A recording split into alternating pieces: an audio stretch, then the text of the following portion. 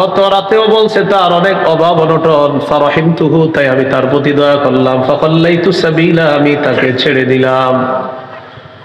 নবীজি বললেন, ইন্নাহু ক্বাদ কাযাবাকা ওয়া ইন্নাহু সায়াউদ, চোর তোমাকে মিথ্যা কথা বলছে, চোর আবার আসবে।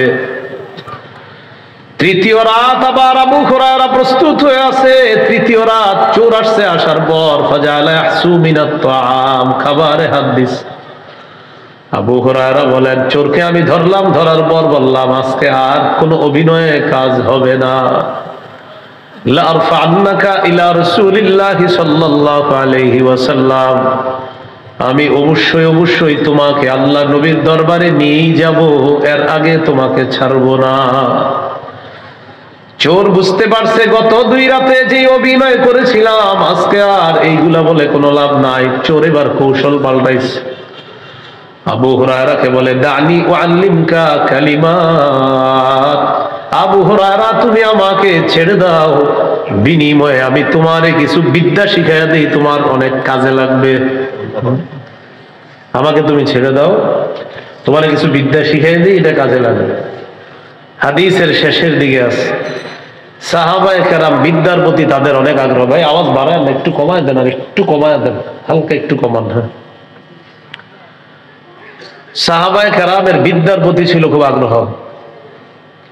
তো আবু হুরায়রা রাদিয়াল্লাহু তাআলা আনহুর আগ্রহ আরো বেশি। কমান, একটু কমান। কমে নাই মনে হয়, আমি কমাইতে বলছি। হ্যাঁ, একটু কমায় দেন, উপরের বাহিরের আওয়াজগুলো একটু কমাইলেই হবে। হ্যাঁ, উপরের গুলা বাহিরের হয় তো, মাশাআল্লাহ, ঠিক আছে।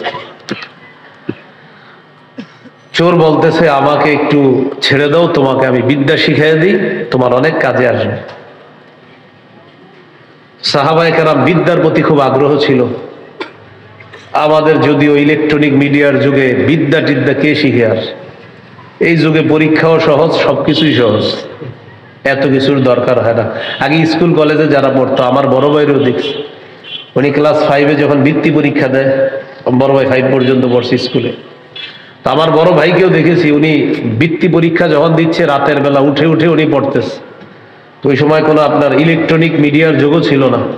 তো এখন বুঝে আসে যে এত কষ্ট করে তারাও পড়ছে। এখনো এই আশেপাশের স্কুলের টিচারদেরকে জিজ্ঞাসা করবেন, তাদের ইতিহাস শুনবেন, তারাও রাত জায়গা পড়াশোনা করছে, যদিও জেনারেল শিক্ষা। এখন এত সহজ হয়ে গেছে সবকিছু আপনার, মাশাআল্লাহ, সব মাশাআল্লাহ।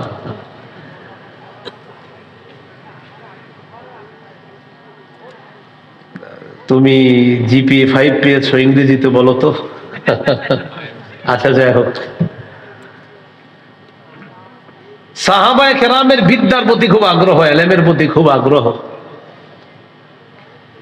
এর মাঝে আবার আবু হুরায়রা, তার আগ্রহ যে কত বেশি, এটা নবীজি নিজেই বলছে, সুবহানাল্লাহ।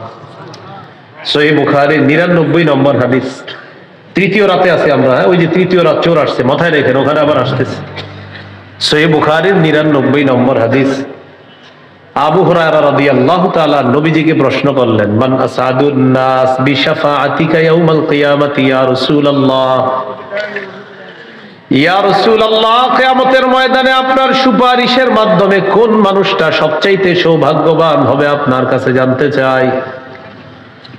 নবীজি বললেন, আবু হুরায়রা, আমি জানতাম তোমার আগে এই প্রশ্ন আমাকে কেউ করবে না। লিমা রাআইতুকা মিন হিরসিকা আলাল ইলম, ইলমের প্রতি তোমার যে আগ্রহ আবু হুরায়রা, এত পরিমাণ আগ্রহ থাকার কারণে এই জাতীয় প্রশ্ন তোমার মাথায় আসাই সম্ভব।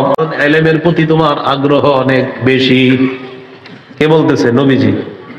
আসাদুন নাস বিশাফাআতি ইয়াউমাল কিয়ামাতি মান ক্বালা লা ইলাহা ইল্লাল্লাহ খালিসাম মিন কিবালি নাফসি, যে ব্যক্তি এই বিশ্বাস নিয়ে মারা যাবে, অন্তর থেকে বলবে আল্লাহ ছাড়া কোনো ইলাহ নাই, কিয়ামতের ময়দানে আমার সুপারিশের মাধ্যমে এই মানুষটা সবচাইতে সৌভাগ্যবান বান্দা হয়ে যাবে।